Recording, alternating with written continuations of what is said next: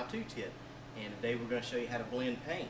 The first of all thing that you want to do is you want to be able to mix your paint up and make sure that it is a blendable color, that it is really close to the color that you're painting. Now, the fender that we just painted is silver, and this one does not match. We on purpose made this one not match for the demonstration, but normally you want to get that just as close as possible. And what a blend is, that's where the new color that you're painting transitions into the old color, kind of like a fade, if you think of it like that. It actually kind of fools the eye a little bit because sometimes it's not a perfect match, but by the time you blend your paint out, you'll never be able to notice where. First of all, what we're going to do is just mix this paint up. It mixes 1-to-1 with the reducer, and we'll just mix it up like we normally would painting anything. So I have 2 ounces of paint here, so I'm going to put 2 ounces of reducer.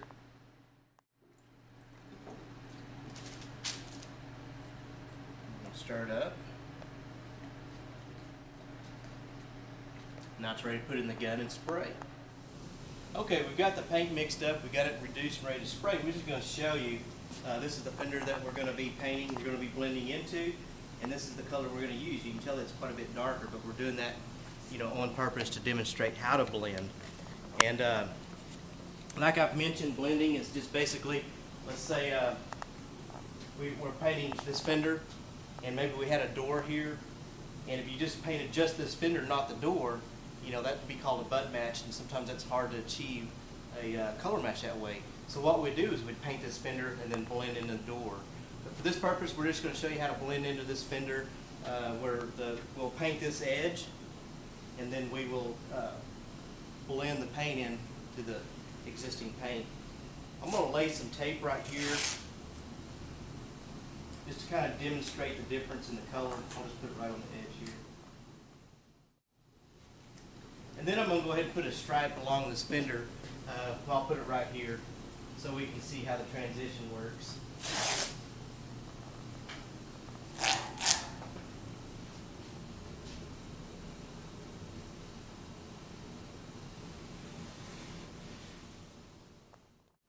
Okay, we'll tack this off and we'll start spraying the paint. Okay, I've got the fender masked off like I want it, got it tacked, ready to spray. And what you want to do, the first thing you want to do is you want to get your paint mixed up just like you normally would any base coat, whatever brand you're using. This one's 1-to-1 with reducer. And I'm just going to paint this edge because we're assuming that this door, that we just painted this door, and we want this fender to match the door. So we're going to paint this edge, and this paint and the door will be the same paint, so it's going to match right here. And then we're going to transition this color into the original color there. So what I want to do first is just cover this panel until hiding. What I mean by that is put enough paint on there until you cover the tape or whatever. If you had primer here, you'd want to cover the primer.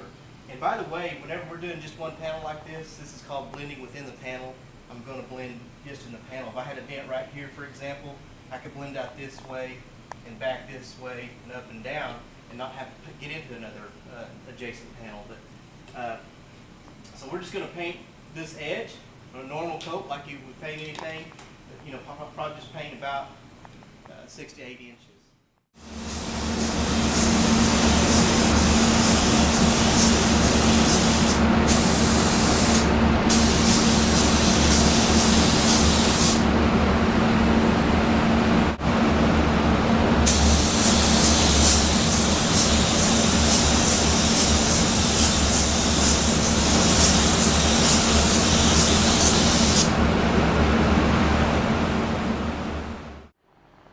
Okay, we've got 2 coats of color on the area that we're blending to on that fender. Now obviously that is way off. That would not be a blendable match, but that's what we're doing for this demonstration, is to show you. But the next thing you would do when you're blending, especially high metallic colors as silver like we're shooting, is you're going to mix the paint in with some clear. It's not like your clear coat. What this is basically a base coat, just like the paint that you're shooting, but it has no pigment in it. So it's a base coat with no color. And what you're going to do with this, since it is a base coat, you're going to mix it up 1-to-1 with the reducer, just like you would with your paint. So we're going to mix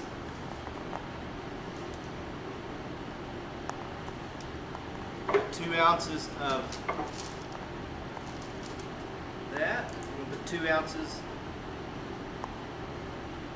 of reducer. Now we've got 4 ounces, and now we're going to take the paint that we just used and mix it 1 to 1 with this clear. So we're going to pour it up to 8 ounces now.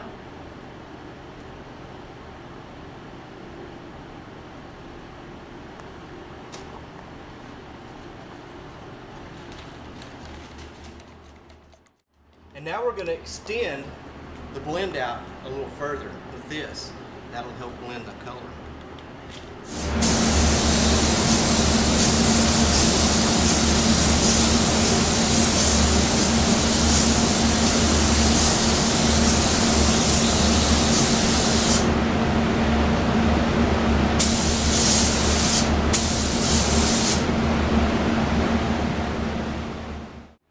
Now notice whenever I was blending that, I painted what I was originally painting. I went past that a little bit and kind of fanned it out to kind of let that paint overspray get blend into the existing paint. Now normally that would probably be good, you know, if that was a matchable blend, but it's not. This is more like a fade. So what we're going to do is we're going to cut that one more time with 500 just to help make more of a transparent blend there. So I'm going to do it just the same way. Mix this 1 to 1 reducer, and then mix what I already have mixed with that 1 to 1.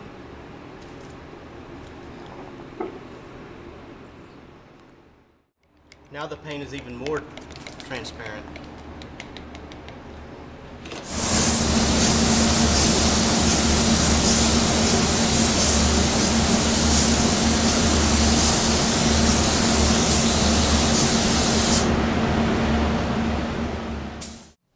Okay, so that's basically how you do a blend. We've got in this case, the darker color, which blends into the lighter color, which of course this is noticeable because it was such a different color. But you know, it's a lot. If this was a butt match, you know, it looked like this right here, and of course that would be very noticeable.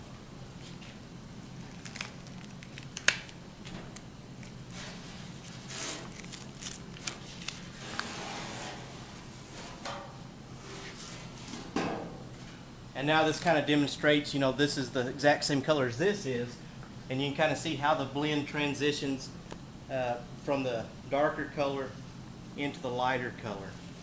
So that's kind of covers blending. And now what we do is we'll clear coat the entire panel, and then, you know, it would be ready.